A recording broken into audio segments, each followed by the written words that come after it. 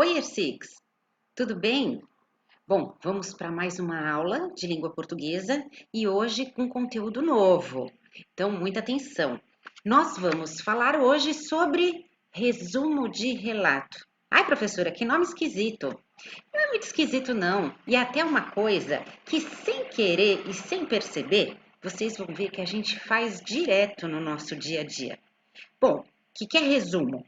Resumo é o processo que nos permite reduzir informações, mas contar essas informações, recontá-las, né, de forma organizada e completa. Um resumo não significa que a gente tirou um monte de informações dali e deixou o nosso interlocutor sem saber as informações principais. Não, não é nada disso. E o que é relato? Relato é uma narração. Por exemplo, se vocês forem viajar e quando chegam de viagem, eu pergunto: como é que foi a sua viagem? O que tinha lá? O que você gostou?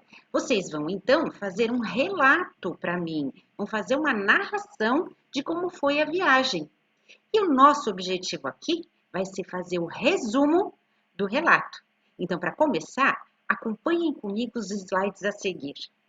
Aí está, resumo de relato. O que é o resumo? Bom, como nós vimos, é o processo que nos permite reduzir as informações de um texto, e esse texto pode ser oral ou escrito, reorganizando estas informações e gerando um novo texto, um texto mais curto, um texto que nós chamamos mais sintético. E o que é um relato? É uma narração que pode ser oral ou escrita. Agora, antes do resumo, temos que tomar a atenção para algumas ações que vão nos ajudar a organizar a nossa escrita. Primeiro, por que eu vou resumir este texto? Segundo, o que eu quero deste texto? Em terceiro lugar, o que eu vou descobrir com este resumo?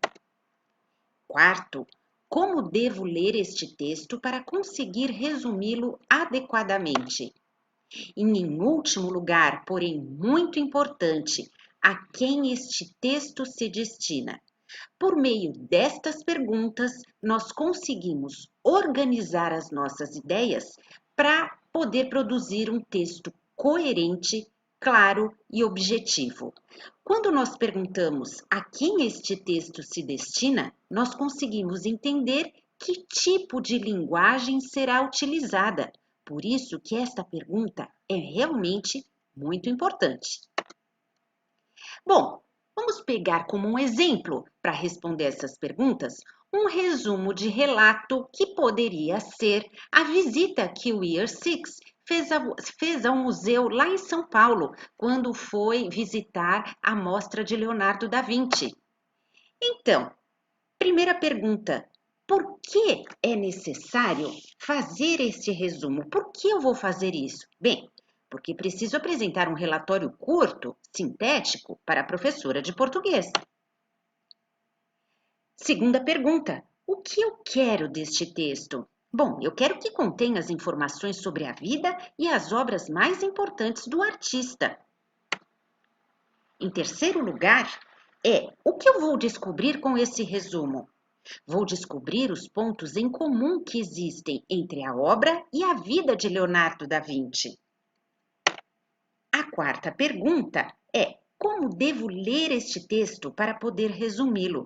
Enfim, à medida que leio, vou selecionando as informações mais relevantes, sublinhando, marcando com um marca-texto, aquelas informações consideradas fundamentais para o entendimento da informação que desejo passar e aquelas que não podem ser retiradas na hora do resumo.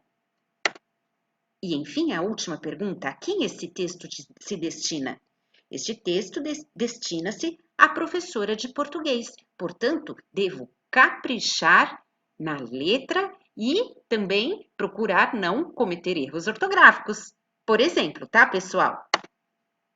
Bom, agora vem a parte mais legal da nossa aula sobre resumo de relato. Nós vamos ler um capítulo deste livro Virando Gente Grande. Virando Gente Grande fala sobre rituais indígenas de passagem. Ele foi escrito pelo autor Benedito Prézia. E nós vamos ler justamente este capítulo que se chama A Tucandeira. Bom, para a gente se divertir com essa história, primeiro eu gostaria que vocês fossem ao dicionário para procurar o significado de tucandeira. Alguém aqui sabe o que tucandeira quer dizer? Em segundo lugar, o que você acha que acontecerá nessa história? Vamos levantar hipóteses. Pega aí o seu caderno, escreve lá. O que você acha que pode acontecer nessa história? E terceiro, que tipos de personagens serão envolvidos no enredo? Olha, vou dar uma dica. Aqui está falando no livro que nós vamos saber sobre rituais indígenas de passagem. Então, que tipos de personagens pode ser que a gente encontre por aí? E em quarto lugar, essa pergunta é muito boa.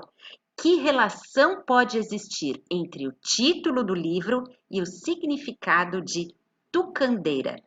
Feito isto, pessoal, vamos lá para o outro vídeo e começar a ler. É hora de se divertir com a tucandeira. Então, vocês vão acessar o outro vídeo que está no mural do nosso grupo de estudos e acompanhem a leitura.